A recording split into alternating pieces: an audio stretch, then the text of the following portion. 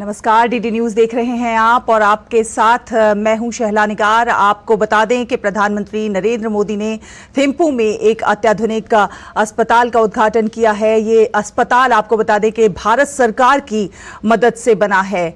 ग्यालसुइन पेमा मातृ एवं शिशु अस्पताल, ये अस्पताल बेहद खास इसलिए भी है क्योंकि इसमें भारत का कंट्रीब्यूशन है। भारत की मदद से ये अत्याधुनिक अस्पताल बनाया गया है।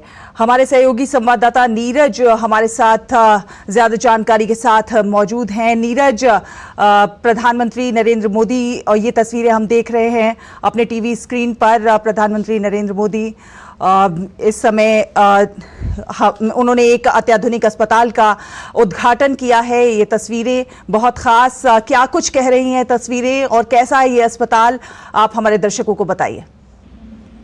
देखिए, इस अस्पताल की अगर बात करें और शैला, अत्याधुनिक अस्पताल है और खासतौर से जो गर्भवती महिलाएं हैं और जो बच्चे हैं उनको लेकर ये अस्पताल तमाम सुविधाओं से युक्त है। इससे पहले कोई एक्सक्लूसिव इस तरह का अस्पताल भूटान के अंदर नहीं था, खासतौर से थिम्पू में। और बड़ी संख्या में जो महिलाएं और बच्चे होते थे उनको दिक्कतों का सामना करना पड़ता था। जब कोई गंभीर बीमारी होती थी उसके लिए उन्हें या तो कोलकाता जाना पड़ता था या फिर भारत के किसी दूसरे हिस्से, गुवाहाटी वगैरह में, गैंगटॉक में अपना इलाज कराने के लिए जाना पड़ता था। तो इस तरह की जो अत्याधुनिक सुविधाएं वो थिम्पू में मौजूद नहीं थी, और अगर मौजूद भी थी तो काफी कम मात्रा में थी, जिसके कारण लोगों को परेशानी होती थी। और यही कारण है कि भारत सरकार ने जो भूटान के लोग हैं उनकी परेशानियों को समझा और ये अत्याधुनिक महिला और जो बाल अस्पताल है वो प्रधानमंत्री नरेंद्र मोदी ने इसका उद्घाटन किया है। और भारत के सहयोग से ये अस्पताल बना है, जिसमें बेड भी काफी मात्रा में है। इसके अलावा ओटी भी है और ऑपरेशन थिएटर भी है। तमाम तरह की जो सुविधाएं हैं, एक्सरे से लेकर जो MRI टेस्ट तक की वो सुविधाएं यहाँ पर मौजूद है। और ये अस्पताल बताता है कि भारत किस तरीके से भूटान के हर क्षेत्र में जो सहयोग है वो लगातार कर रहा है। अगर आप देखें तो आर्थिक सहयोग की अगर हम बात करें, इसके अलावा हेल्थ सेक्टर की बात करें, एजुकेशन सेक्टर की बात करें, भारत लगातार कोशिश करता है कि भूटान उनको ज्यादा से ज्यादा जो बेहतर सुविधा है वो मिल सके। और जो हेल्थ सेक्टर है, चिकित्सा सुविधाओं की जो जरूरत है भूटान के लोगों की है, उसको भारत पूरा कर सके। और ये अस्पताल बताता है कि आने वाले समय में भूटान की खासतौर से हेल्थ सेक्टर में एक मील का पत्थर साबित होगा। और ये सिर्फ सिलसिला यहीं पर नहीं है, आपने देखा भी है कि प्रधानमंत्री ने इस बात का जिक्र किया है कि आने वाले 5 साल में 10,000 करोड़ की जो सहायता है वो भारत करेगा भूटान को। और भूटान के आधारभूत संरचना की बात करें, चाहे मैनेजमेंट की बात करें, IT सेक्टर की बात करें, स्पेस सेक्टर की बात करें, तमाम जो सुविधाएं हैं और तमाम जो योजनाएं धीरे धीरे करके भारत पूरी करेगा, ताकि जो भूटान है वो भी दूसरे देशों की तरह तरक्की कर सके, भूटान भी उच्च आय वाला देश बन सके। ये भारत की कोशिश है और ये सहयोग लगातार जारी है, दशकों से जारी है। और आने वाले समय में जो 2 दिवसीय यात्रा प्रधानमंत्री की आज पूरी होने जा रही है, मील का पत्थर साबित होगा भारत और भूटान की मैत्री की दिशा में। आपने देखा भी था कि भूटान के प्रधानमंत्री ने बड़े भाई करके प्रधानमंत्री का स्वागत किया, और जैसे ही प्रधानमंत्री यहाँ पर पहुंचे उनको गले लगाया। और पारो से लेकर थिम्पू तक लाखों की संख्या में जो भूटान के लोग थे वो सड़कों पर प्रधानमंत्री का दीदार करने के लिए बैठे हुए थे और उनका जो इंतजार है वो कर रहे थे। उस समय प्रधानमंत्री इनमें से उनका काफिला गुजरा, प्रधानमंत्री ने अपने काफिले को रोका भी और जो लोग हैं उनसे बातचीत भी करी और उनके साथ जो समय है वो भी थोड़ा सा बताया। जब प्रधानमंत्री अपने होटल पहुंचे वहां पर भी उनका ग्रांड वेलकम किया गया। उसके बाद जब प्रधानमंत्री को यहाँ के भूटान के सर्वोच्च नागरिक सम्मान से सम्मानित किया गया था, उस समय भी सांस्कृतिक कार्यक्रम हुए और खासतौर से गुजराती भाषा में जो गाना वहां पर गाया गया। और इससे प्रधानमंत्री काफी कह सकते हैं कि अभिभूत हुए और उन्होंने इस बात का जिक्र भी किया कि भारत और भूटान के जो संबंध है वो आत्मीय संबंध है, मधुर संबंध है और बहुत गहरे संबंध है। और आने वाले समय में ये संबंध और ज्यादा गहरे होंगे और भारत भूटान की किसी भी समस्या में, किसी भी परेशानी में उसके साथ खड़ा हुआ है, वो पीछे नहीं हटेगा। और हमेशा जो सहयोग है वो भारत की तरफ से उनको मिलता रहेगा।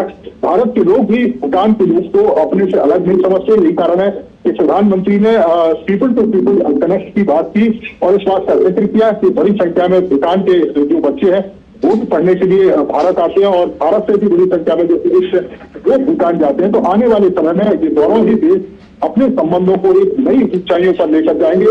भूटान के जो राजा हैं उन्होंने भी इस बात का जिक्र किया कि भारत एक सच्चा मित्र है और हमेशा से परेशानियों में भूटान के साथ खड़ा रहा है। तो ये कह सकते हैं कि प्रधानमंत्री की जो 2 दिवसीय यात्रा जो आज जैसा समापन होने जा रहा है, काफी मायने में दोनों देशों के संबंध में शैला मील का पत्थर साबित, बिल्कुल मील का पत्थर साबित होंगे। और कल हमने देखा जिस प्रकार से जब उनका स्वागत हुआ, तो जिस प्रकार से दोनों देशों का जो सांस्कृतिक कनेक्ट देखा गया, सांस्कृतिक आदान प्रदान देखा गया, वो वाकई ये दर्शाता है कि दोनों देशों के बीच जो संबंध है वो किस प्रकार से और गहरे और ज्यादा खास होते जा रहे हैं।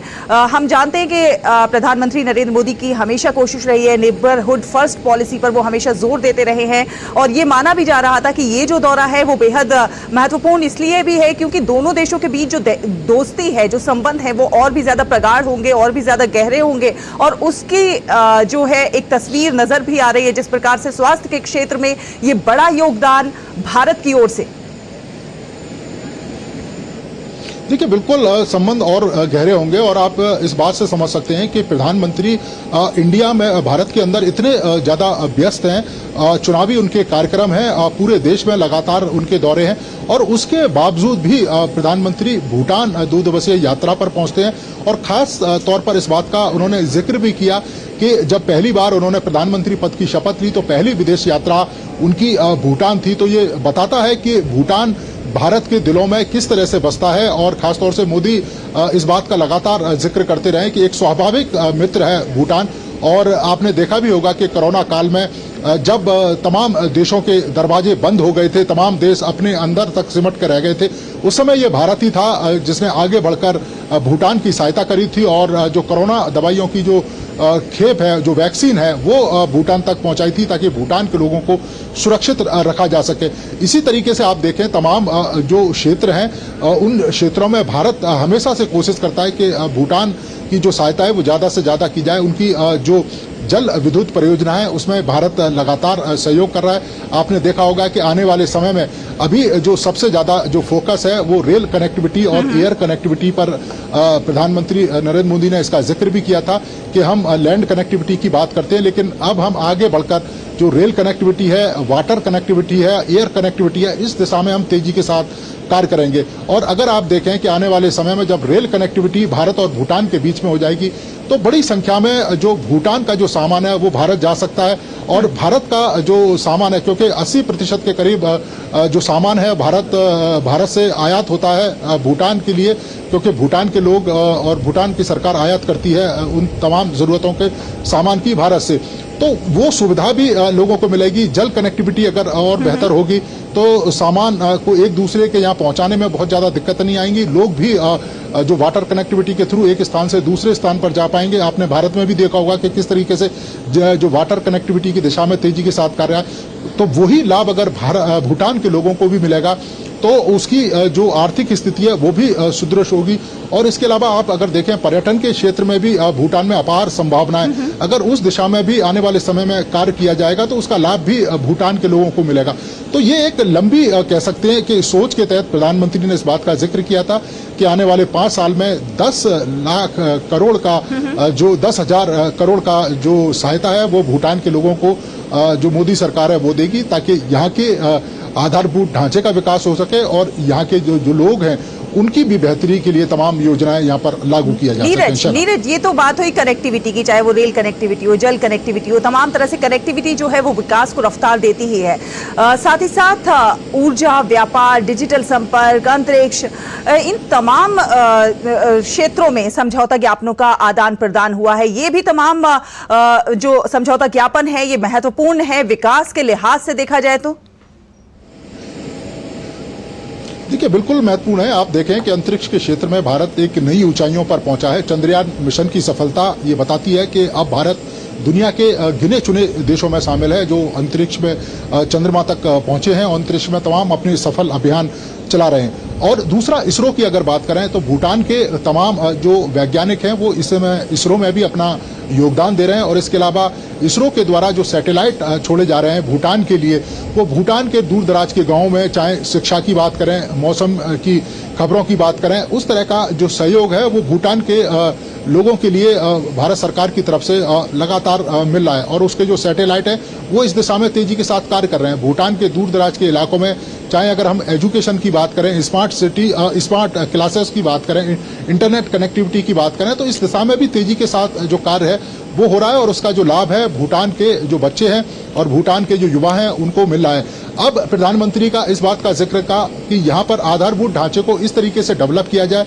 यहाँ पर उद्योग धंधों को इस तरीके से लगाया जाए, आईटी सेक्टर में इस तेजी के साथ काम किया जाए ताकि जो भूटान के युवा हैं उनको भूटान में ही जॉब मिल सके और भूटान के अंदर रहकर वो अपना विकास कर सकें और देश की आर्थिक तरक्की में अपना योगदान दे सकें।